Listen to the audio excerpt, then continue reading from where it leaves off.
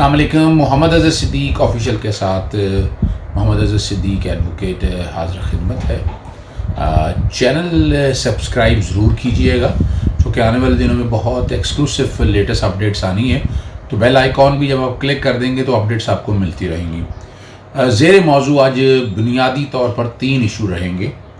سب سے پہلا issue NAB کے قوانین میں, نیب آرڈیننس میں متوقع ترامیم. دوسرا اہم ایشو آنا ہے ڈیمز کے کانٹیکس میں. اور تیسرا جو ایشو بنیادی طور پر موجودہ حالات میں جو تکلیف دہ بات ہے میڈیا کے رول کے حوالے سے, وہ ڈسکس کریں گے. سب سے پہلے بتا دیں کہ نیب آرڈیننس 1999 میں بنایا گیا تھا, اور اس سے پہلے ہر ایک کو پتہ ہے احتساب ایکٹ کے نام سے, سیف الرحمان کے نام سے 1997 میں بنایا گیا تھا. کچھ ترامیم ہوئی اور 1999 کا آرڈیننس جو ہے یہ تمام اسمبلیوں جو جمہوری حکومتیں آ گئی تھیں ان کے دوران موجود رہا. پہلے یہ چیلنج ہو گیا تھا, اسفند یارولی کیس بڑا مشہور ہے سپریم کورٹ کا.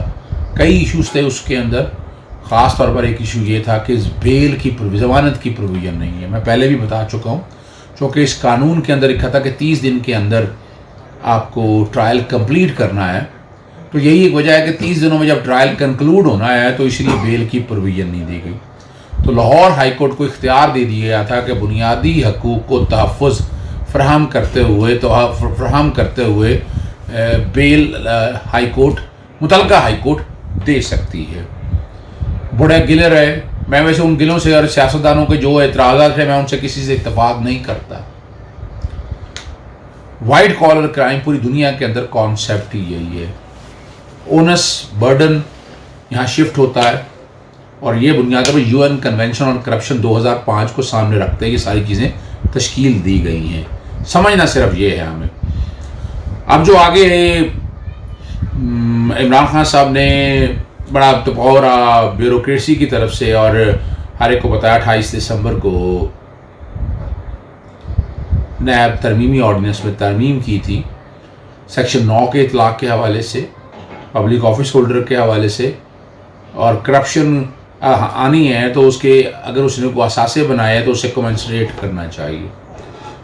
وہ 25 دسمبر کو ختم ہو چکا ہے, یعنی 26 دسمبر کی صبح سے, اور اب آرڈیننس پرانی شکل میں آ چکا ہے. اور آگے جو بظاہر نظر آ رہا ہے کہ اس پہ بہت بڑی ترامیم ہونے کو جا رہی ہیں.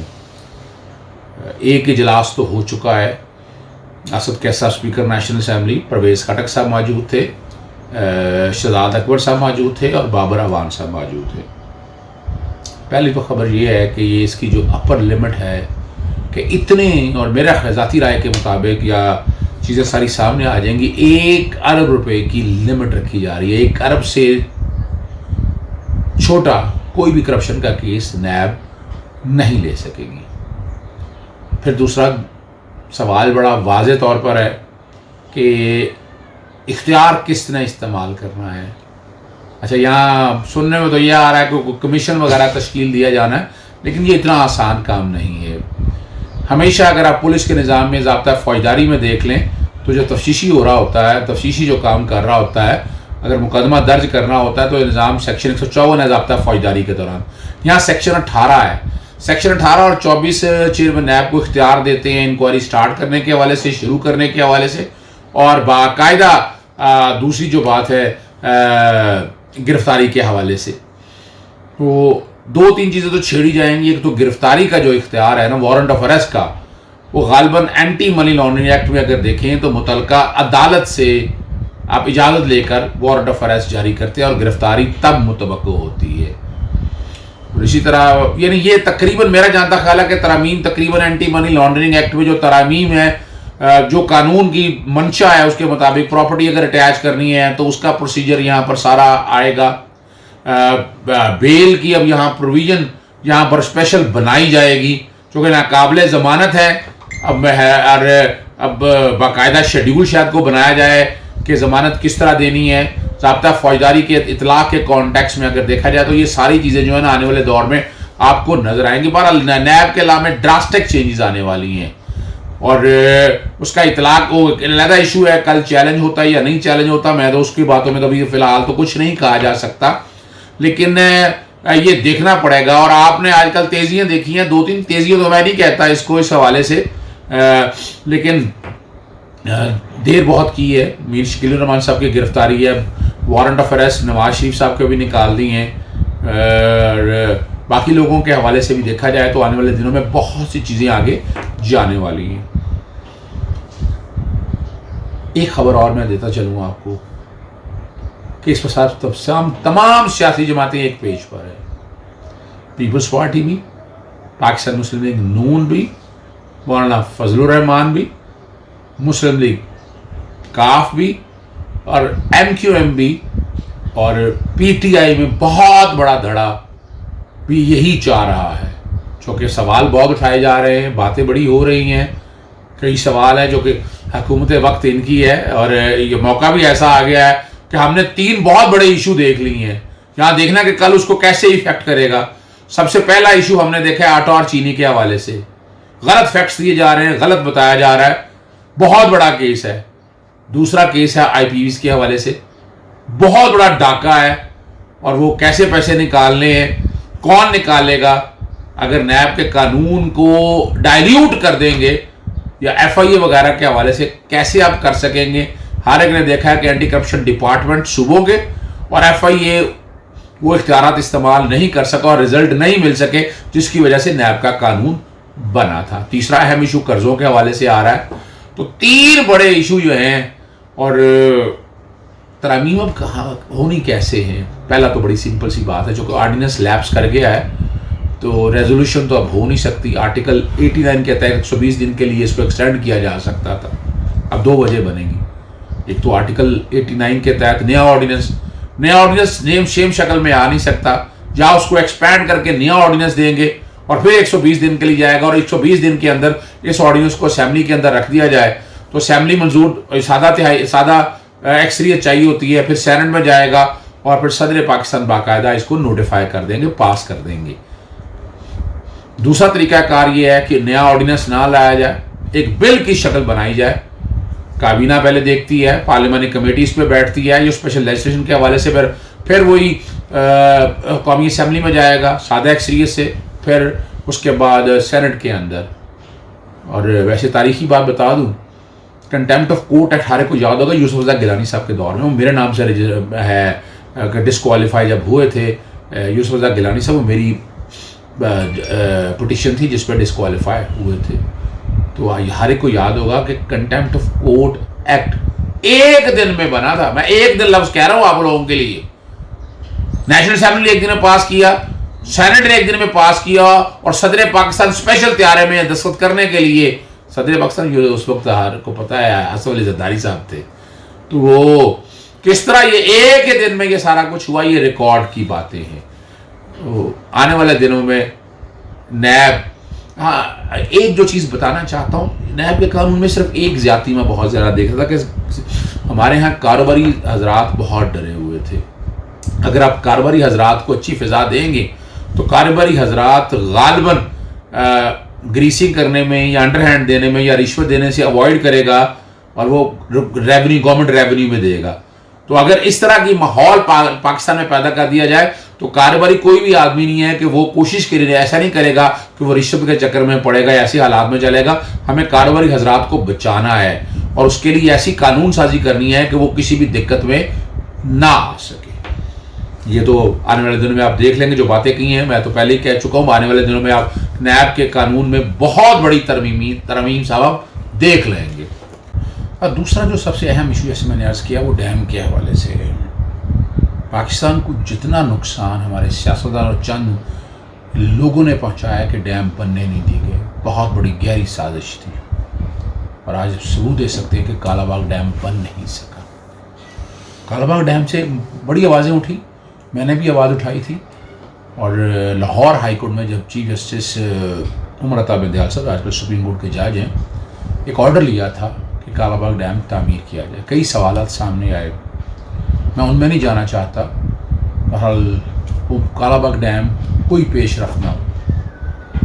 پھر کریڈٹ جاتا ہے جناب چیف جسٹس سابقہ چیف جسٹس میاں ثاقب نثار صاحب کو. اللہ تعالیٰ نے زندگی اور صحت بڑی محنت کی, انہوں نے بہت کام کیے, لوگوں کو ہزار اختلاف رہے گا اس کے بعد, لیکن کسی موقع پہ ہی بات کریں گے ہم. کالا باغ ڈیم کے حوالے سے معاملہ اٹھایا, باقی ڈیموں کے حوالے سے آیا ہے, تو بڑا اسٹرانگ, بڑی آپ سوچ سکتے ہیں کسی نے بھی فیور نہیں کی, کسی سیاسی جماعت نہیں. اور میں کل ڈاکٹر اسرار احمد کا ایک کلپ دیکھ رہا تھا, وہ قومیت کی بات کر رہے تھے. ہم تو ہجوم کی شکل میں ہیں, نہ قوم نہیں بن سکے کہ کالا باغ ڈیم جیسے ہم کنسنسس ہی نہیں ہم بنا سکے, اور بڑی زیادتی ہوئی اس سارے مسئلے میں. اور پھر کریڈٹ دیتا ہوں میں جناب سابقہ چیف جسٹس میاں جسٹس ثاقب نثار صاحب کو اور سپریم کورٹ کو, جب یہ ڈیم تعمیر کرانے کے حوالے سے معاملات اٹھائے اور دیامار, بادشاہ ڈیم اور میامر ڈیم کے حوالے سے مختلف آرڈرز دیے. اور پھر یہ سیاسی جماعتوں میں خاص طور پر پیپلز پارٹی, نون لیگ اور چند اور سیاسی جماعتوں کے حوالے سے یہ سوال اٹھایا گیا کہ پتہ نہیں پیسہ کھا گئے ڈیم کا. انہیں پتہ نہیں کہ وہ ڈیم محافظ ہے supreme court of Pakistan. Supreme court کے پاس وہ پیسے جو ہے نا وہ پڑے ہوئے ہیں. اور ریکارڈ کی بات ہے, بیٹھ کے نا آج بھی آپ سپریم کورٹ کی ویب سائٹ پہ آپ جائیں, ڈیم فنڈ لکھیں, سپریم کورٹ لکھیں, اور آپ ایزیلی سارا ڈیٹا ایکسیس کر لیں گے.